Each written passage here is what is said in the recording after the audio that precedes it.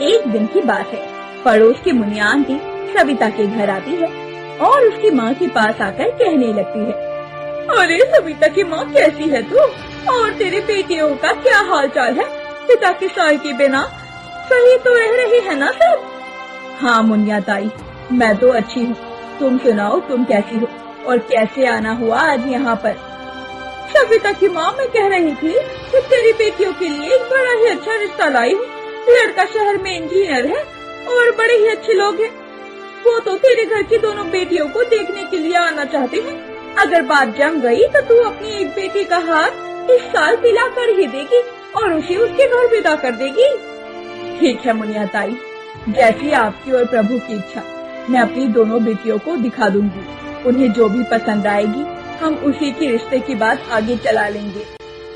अब अगले दिन लड़के वाले सीमा और निधि को देखने के लिए घर आते हैं। सविता ने भी उन लोगों के लिए बहुत अच्छे नाश्ते और भोजन का प्रबंध किया हुआ था। सविता बहुत उत्सुक जो थी। सभी ने नाश्ता किया और भोजन भी खाया और बहुत सारी बातें की। और उसके बाद में लड़के की माँ ने कहा, अरे भाई, मुझे तो आपकी दोनों बेटियां पसंद है। अब आप सोच समझ कर बता देना कि आप कौन सी बेटी का विवाह करना चाहते हैं। हम उसी से अपने बेटे की शादी करवा देंगे, क्योंकि आपकी दोनों ही बेटियां बहुत सुंदर हैं और हमारे मन को भा गई हैं। ऐसा कहकर लड़के वाले चले जाते हैं। सीमा और निधि दोनों को ही वो लड़का बहुत पसंद आता है। उनके जाने के बाद में अब सीमा ने निधि से कहा, माँ, निधि, मुझे वो लड़का बहुत पसंद आया है। आप तो मेरा ही उससे विवाह करवा दो। तुम्हारा क्यों, मेरा क्यों नहीं? माँ, आप तो उससे मेरा ही विवाह करवा दो। इस तरह दोनों ही बहनें एक लड़के को लेकर आपस में तकरार करने लगती हैं और उनकी तकरार होते देखकर सविता बोल उठी, अरे सीमा दीदी, निधि दीदी, आप दोनों आपस में झगड़ा क्यों कर रही हैं? देखो, लड़का तो एक ही है और विवाह भी आप दोनों में से एक का ही हो सकता है। तो माँ, क्यों ना हम सीमा दीदी का विवाह करवा दें उससे?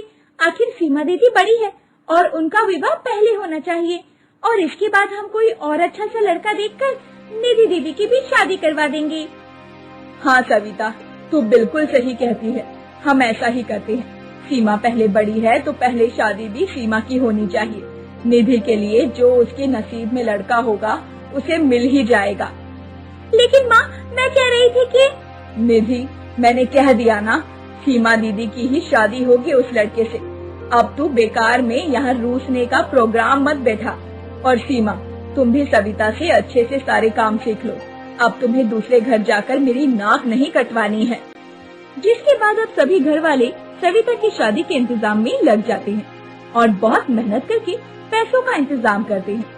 उसके बाद बड़े ही धूमधाम से अपनी बहन सीमा का ब्याह कर देते हैं। सीमा ब्याह करके अब खुशी खुशी अपनी ससुराल विदा हो जाती है और सविता फिर से वापस अपनी दुकान लगाने में जुट जाती है।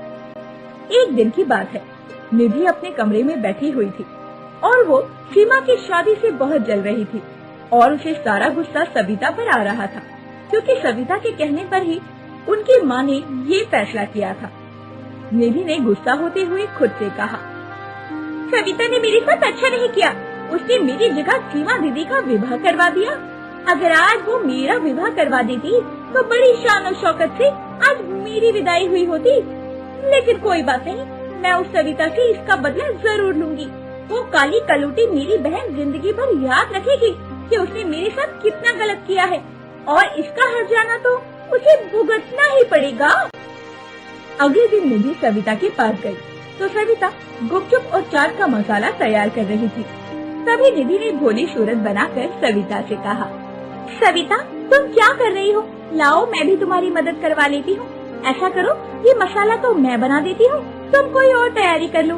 सारा दिन तुम अकेले इस ठेले पर खड़ी रहती हो, हमें भी तुम्हारी थोड़ी मदद करवा लेने दिया करो।